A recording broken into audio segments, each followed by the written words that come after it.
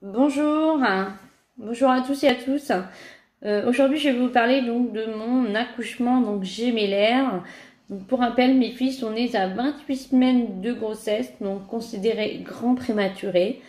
Je vais vous expliquer aujourd'hui dans cette vidéo comment ça s'est passé et pourquoi elles sont arrivées si vite. Donc déjà vers 5 mois à peu près, en fait, j'avais des contractions dans les reins, si je peux dire ça comme ça, dans les reins, ouais. Et en fait, c'était souvent à ma visite de préparation de cours d'accouchement avec ma sage-femme qui, en fait, je m'apercevais que j'avais du mal à rester assise une demi-heure, une heure. Enfin, c'était tout un état d'âme. Mais à chaque fois que je lui en parlais, elle me disait, oh, c'est normal, t'as des jumeaux, t'es pas très grande. Faut pas s'inquiéter, tu sais, ça tiraille toujours un peu dans le bas du ventre, dans le bas du dos, c'est normal, c'est la grossesse, c'est comme ça, c'est les mots de grossesse. Donc elle m'a jamais fait en fait de monitoring suite à ça en fait.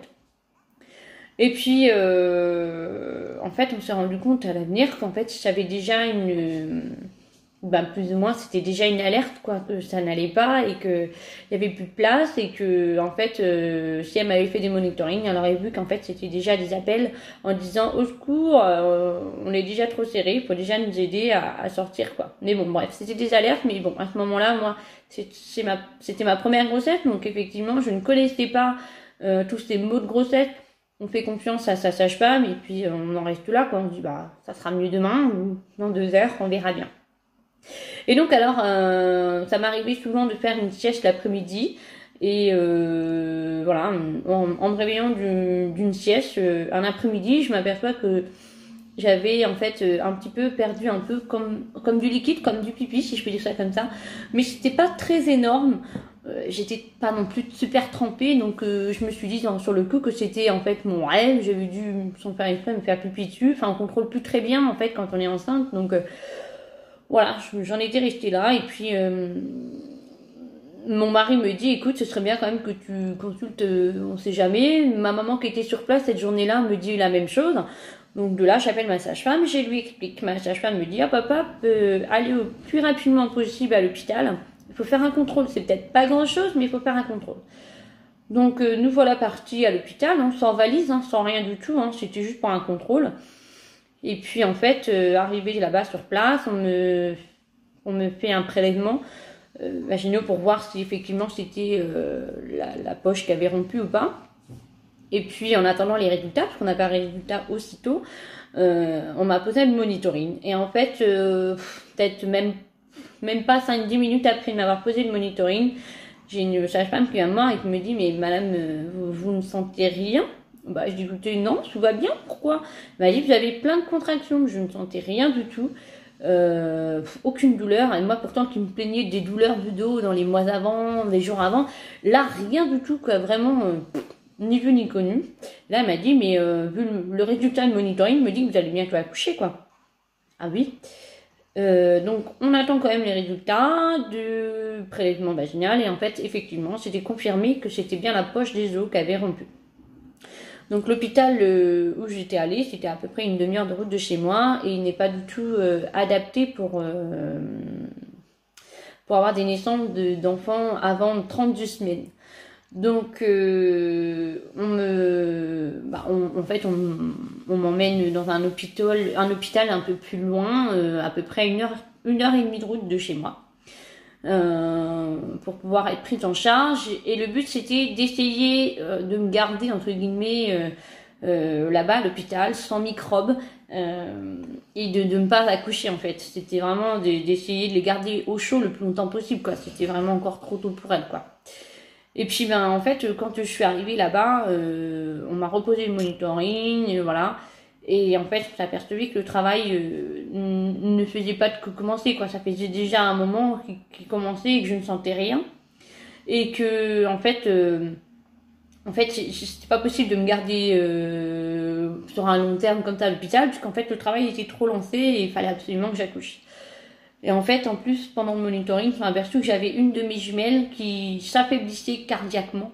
Donc, il fallait absolument faire le nécessaire. Donc, de là, en urgence, je suis partie au bloc pour faire une césarienne puisqu'il était trop tard en fait Le travail avait trop longtemps duré et même si je me rendais pas compte, c'était bizarre, j'avais des contractions sans sentir. Très très bizarre. Mais bon, à la limite, il vaut mieux préférer ça. Donc voilà, et puis donc voilà, je suis partie au bloc et puis là par contre au bloc j'ai été énormément malade. Donc j'étais endormie seulement la partie du bas de mon corps. J'étais bien consciente du haut. Mais j'ai été malade, j'ai vomi, je sais pas ce qu'ils m'ont transféré comme produit, de l'anesthésie et j'ai été énormément malade. Et voilà, après ça a été bon pendant l'intervention. Alors moi je vous cache pas que ma césarienne, je l'ai vécue, comment vous dire. Donc je vais pas vous mentir, on est attachés les bras et on peut pas bouger du tout. Et j'avais l'impression qu'on me ventousait en fait l'intérieur. Je sais pas, c'est un peu bizarre ce que je vais dire, mais c'est un petit peu cette sensation. J'avais l'impression d'être sur un bateau en pleine mer déchaînée. Voilà, j'avais l'impression qu'on me faisait tout le temps ça en fait. Je ne sentais pas forcément grand chose, mais je voyais bien mon corps, malgré que j'étais attachée, qui basculait tout le temps en fait. Ça faisait vraiment une pression de ventouse en fait. C'était vraiment très très bizarre.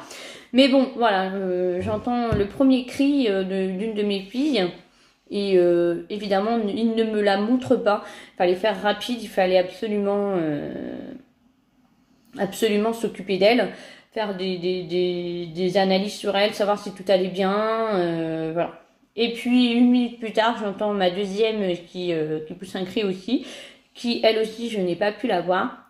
Donc voilà, hormis ce passage où j'aurais bien aimé les voir, mais quelque part mon souhait était qu'elles soient en bonne santé et même s'il fallait attendre de les voir, au moins elles étaient entre bonnes mains et sorties d'affaires entre guillemets quoi. Elles avaient moins de risques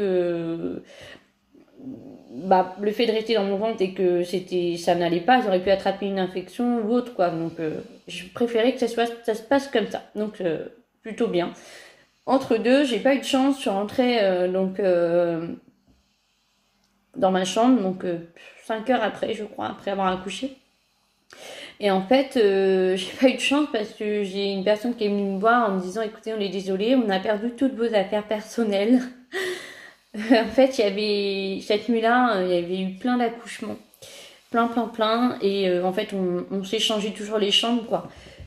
Celle que j'étais en premier, quand je suis partie au bloc, celle d'après. En fait, il y a toujours une queue leu derrière nous, quoi, qui nous remplace. Et là, en fait, pour le coup, le papa avait pris mes affaires personnelles. Et heureusement, il s'en est rendu compte. Si jamais il se reconnaît, je le remercie. Il a rendu mes affaires après, s'en être rendu compte. Et puis, j'ai pu récupérer mes affaires. Entre deux, donc j'ai rappelé mon mari pour lui annoncer la nouvelle que, en fait, finalement, j'avais accouché, on n'a pas pu l'appeler quoi, il y avait 1 heure et demie de route donc c'était pas possible, sachant qu'ils avaient dit à mon mari de repartir puisque c'était pas prévu que j'accouche quoi. Mais bon voilà, les choses sont faites que comme ça. Le regret que j'ai eu c'est qu'ils n'ont pas averti mon mari à 2 heures du matin que j'allais partir au bloc pour accoucher quoi. Mais bon voilà, les choses sont faites, le principal c'est que tout le monde aille bien et voilà. Donc voilà, et puis voilà, après je n'ai pas pu voir mes filles avant 8 heures du matin, donc 3 heures après. Et je vous cache pas que quand on m'a amenée en néonate, donc on voit ces couveuses, comment vous dire, au début j'avais l'impression qu'il n'y avait personne dans la couveuse, elle était toute petite. Donc pour information, ma première Lilou, elle pesait 1,220 kg. Donc c'était déjà malgré tout un bon poids pour son terme. 36 cm, 36,5 kg. Et puis ma deuxième, Nina, elle faisait 1,120 kg. Et pareil, 36,5 cm de taille. Donc c'est plutôt des beaux bébés. En gros, si j'avais accouché à terme, j'avais compté à peu près 3 kg chacune. Donc c'est plutôt des gros bébés pour une première grossesse. Donc voilà, écoutez, dans une prochaine vidéo, je vous expliquerai comment c'est passé pour moi la néonate, comment je l'ai vécu, qu'est-ce que j'ai appris, ou bien qu'est-ce que j'ai mal vécu aussi, parce qu'il y a des choses quand même qui font plutôt peur, mais ça se fait plutôt bien, on est plutôt bien entouré. Voilà, je vous fais des gros bisous, à très vite.